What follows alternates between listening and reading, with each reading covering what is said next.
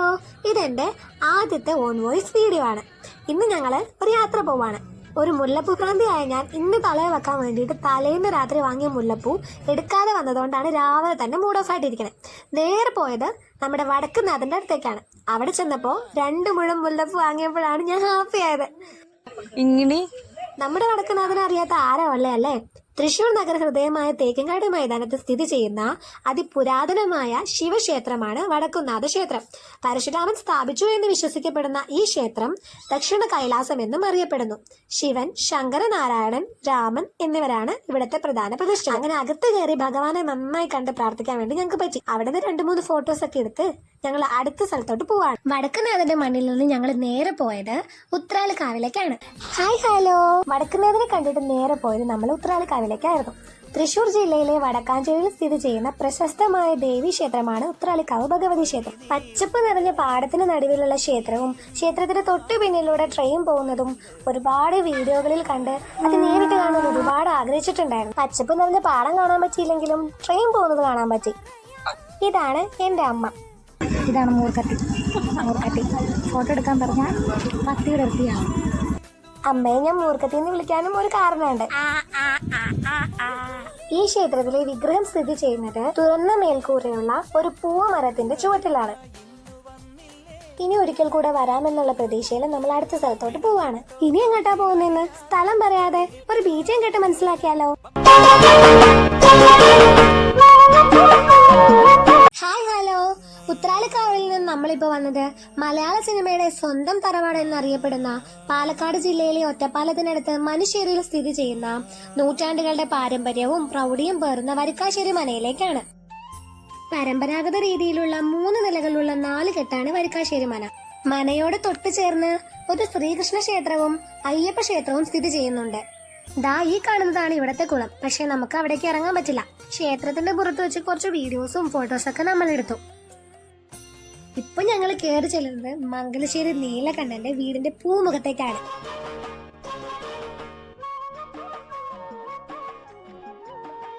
മലയാള സിനിമയുടെ ചരിത്രത്തിൽ വലിയൊരു പങ്കാണ് ഈ മനയ്ക്കുള്ളത്. ഏത് ചൂടിലും കുളിർമ നൽകുന്ന അന്തരീക്ഷമാണ് മനയുടെ ഉള്ളിലുള്ളത്.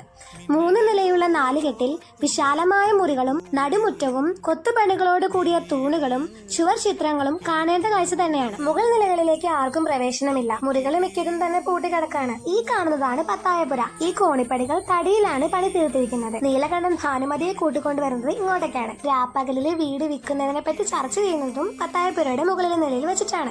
മൂർക്കത്തി അമ്മച്ചി പാമ്പിച്ചി ഇങ്ങനെ കൈ 2 കൂട്ടിപ്പിടി. കറക്കൊന്നൊരു സ്ലോ മോഷൻ വീഡിയോ എടുക്കാന്ന് ഓർത്തപ്പോ മുല്ലപ്പൂ തന്നെ ചതിച്ചു. എന്നെ കളിയാക്കാൻ കിട്ടുന്ന ഓരോ എന്റെ അമ്മ മിസ്സാക്കാറില്ല. പത്തായപ്പുരയുടെ മറ്റേ അറ്റത്തേക്ക് ഇതുപോലെ കറങ്ങി കറങ്ങി പോകുന്ന പോലത്തെ ഒരു സ്റ്റെപ്പും ഉണ്ട്. അവിടെ നിന്നും കുറച്ച് ഫോട്ടോസും വീഡിയോസും ഒക്കെ എടുത്ത് ഞങ്ങൾ ലാസ്റ്റ് സ്ഥലത്തോട്ട് പോവാണ്. ഹായ് ഹലോ, ഇനി നമുക്ക് കോയമ്പത്തൂരിലേക്ക് പോവാം.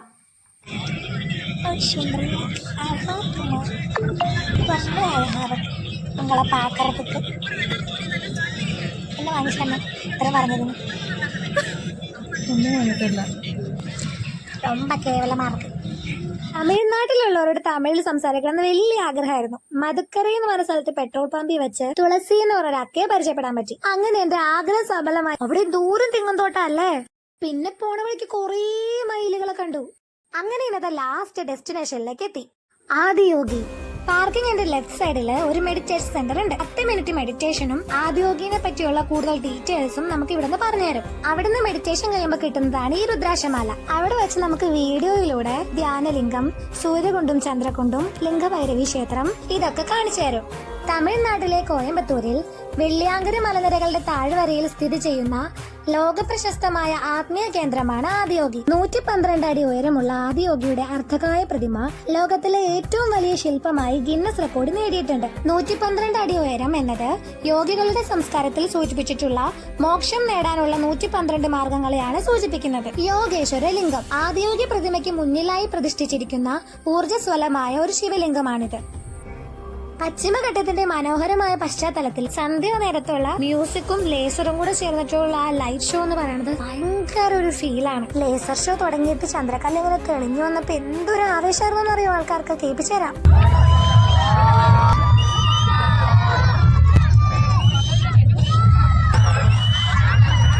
യോഗയുടെ കഥയും യോഗശാസ്ത്രം മനുഷ്യർക്ക് എങ്ങനെ നൽകപ്പെട്ടു എന്നതും വിവരിക്കുന്ന ഒരു 3D ലേസർ ഷോയാണ് ആദിയോഗി ദിവ്യദർശനം.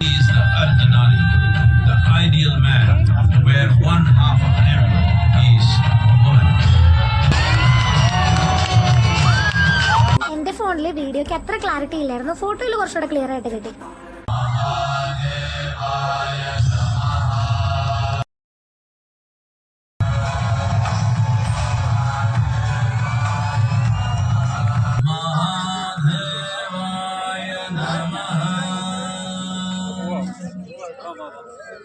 അങ്ങനെ ലേസർ ഷോ കണ്ട് ഞങ്ങൾ വീട്ടിലോട്ട് പോകാൻ തുടങ്ങാണ്. അതിന് മുമ്പ് നമുക്ക് ഫുഡ് കഴിക്കണം. ഭക്ഷണം കിട്ടിയില്ല, ഫുഡ് കിട്ടിയില്ല. അങ്ങ് ദൂരത്ത് മലയിൽ ലൈറ്റും കണ്ട് ഞങ്ങൾ വണ്ടി കയറാൻ പോവാ.